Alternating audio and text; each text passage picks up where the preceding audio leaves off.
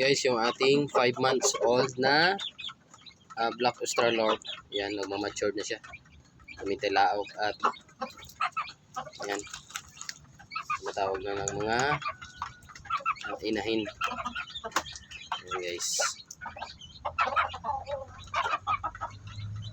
So pinakawalan ko lang dito. So dyan siya nakalagay kasi. Pati itong mga graded native, magkapatid yung dalawa na yan. So pure na darag yung nanay niyan, and then yung tatay is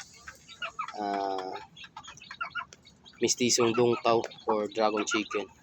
Okay, so yan yung ating native na isa. So may native pa tayo itong naglilimlim. And then may binibreed tayo dito na Shamo, which is yung bloodline is yung Ganoy.